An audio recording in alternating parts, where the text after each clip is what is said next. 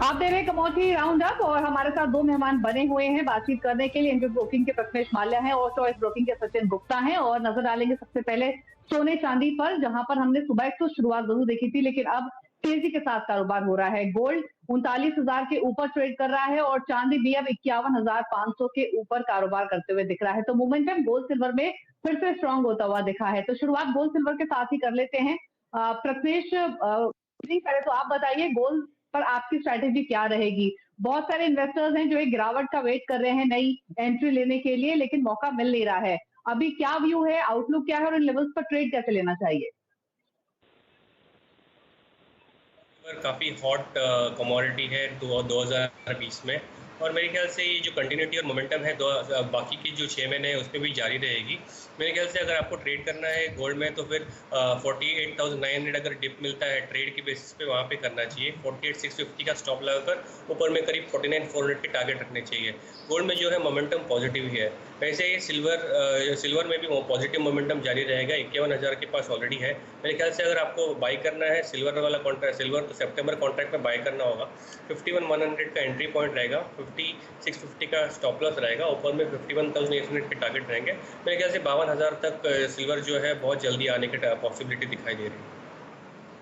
तो दोनों पर जो स्ट्रैटेजी है वो खरीदारी की है। गोल्ड में 39,400 के टारगेट के लिए बाय करने की सलाह है और सिल्वर 51,800 52,000 तक जाने की कोशिश कर सकता है। तो उन्हीं को बतौर टारगेट देखते हुए खरीदारी के पोजीशन आप बना सकते हैं। सचिन, आपका भी सिमिलर व्यू है गोल्ड सिल्वर दोनों पर? Good afternoon Deepali. Exactly Deepali, overall undertone जो है वो गोल्ड एंड सिल्वर का पॉजिटिव ही है, बट बाय ऑन डिप्स की स्ट्रेटेजी वुड बी बेटर। तो मुझे लगता है कि डिप्स आता है तो भी बाय बनाए तो दैट वुड बी बेटर। ठीक है। इसके अलावा क्रूड को देखें तो आज के सेशन में हमने वापस वीकनेस गिराती हुई देखी है और क्रूड इनफैक्ट पिछले 2 दिनों में ऊपरी लेवल से काफी फिसल चुका है। आज भी आप देखेंगे तो लगभग हम 1.5-2% के आसपास की वीकनेस देख रहे हैं। प्रथमेश, क्रूड हालांकि जो 15 जुलाई को बैठक होनी है ओपेक अलाइज की, वो काफी इंपॉर्टेंट है, उस पर नजरें टिकी हुई हैं। लेकिन उससे पहले जो ये वीकनेस दिख रही है ये फर्दर एक्सटेंड हो सकती है या फिर नहीं, क्या व्यू है और नई रणनीति कैसे ले क्रूड पर? मेरे ख्याल से ये बात तो श्योर है कि प्री पैंडमिक लेवल्स और पैंडमिक लेवल्स में क्रूड के कंजम्पशन में काफ़ी हद तक डिफरेंस है। हालांकि डिमांड डिस्ट्रक्शन जो है वो almost 30 million barrels per day का तक का डिस्ट्रक्शन हो गया था अप्रैल में। ये जो 30 मिलियन बैरल्स पर डे का डिस्ट्रक्शन है ये रिकवर हो चुका है। अभी जो वर्ल्ड ग्लोबल डिमांड जो है that is close to 90 million barrels per day. तो जो डिमांड डिस्ट्रक्शन हुआ था वो धीरे धीरे रिकवर हो रहा है।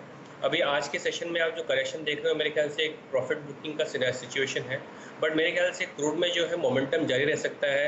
अक्रॉस द ग्लोब वैक्सीन को लेकर काफ़ी हद तक बहुत सारी खबरें आ रही हैं।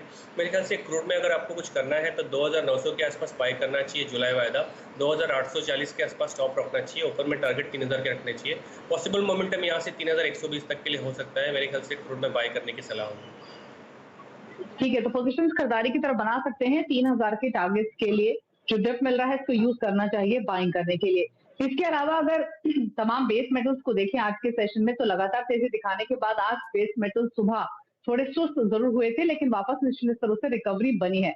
निकल हालांकि अभी भी आधा % नीचे कारोबार कर रहा है। जिंक और लेड में हम पॉजिटिव के साथ ट्रेड देख रहे हैं। वहीं अगर आप कॉपर को देखेंगे आज के सेशन में, तो यहाँ सुबह हमने लगभग आधा % के आसपास की वीकनेस देखी थी और अब ये वापस निचले स्तरों से रिकवर हुआ है और अब ऑलमोस्ट आधा % ऊपर ट्रेड कर रहा है। बेस मेटल्स में सबसे पहले तो प्रथमेश कॉपर पर अपना व्यू दीजिए। आज जो डिप मिला उसको इस्तेमाल किया ट्रेडर्स ने नई खरीदारी की पोजीशंस बनाने के लिए। अब नई रणनीति क्या होनी चाहिए? 485 के आसपास ट्रेड कर रहा है, क्या टारगेट्स होंगे?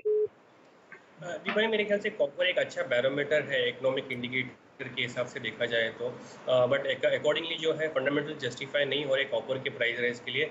बट मोमेंटम के हिसाब से अगर चलना है तो मुझे कॉपर में बाय करने की सलाह रहेगी। 483 का एंट्री पॉइंट रहेगा जुलाई वायदा, 479 का स्टॉप रहेगा, ऊपर में 490 के टारगेट रहेंगे। हालांकि मेरे ख्याल से आने वाले सेशंस में वॉलेटिलिटी पॉसिबिलिटी बढ़ सकती है। Increasing number of corona virus cases जो है वो कॉपर के लिए एक बाधा साबित हो सकते हैं आने वाले ट्रेडिंग सेशंस में। और इसके अलावा एल्यूमिनियम या फिर जिंक, यहाँ पर क्या व्यू है? क्योंकि बाइंग इंटरेस्ट तो यहाँ भी हमने काफी अच्छे देखे हैं। इन दोनों पर क्या करना चाहिए? मेरे ख्याल से एल्यूमिनियम और जिंक बिकॉज वीकेंड है यहाँ पे कोई ट्रेड नहीं अपना चाहिए। पॉसिबली नेक्स्ट वीक में फ्रेश सेट ऑफ इंडिकेटर्स देख के ही इन बेस मेटल्स में कुछ पोजीशंस लेनी चाहिए, अदरवाइज इसको अवॉइड करना चाहिए।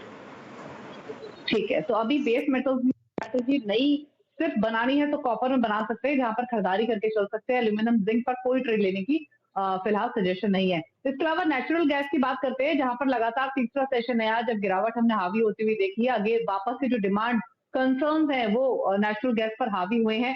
नेचुरल गैस 2.25% से नीचे ट्रेड कर रहा है 132 के आसपास।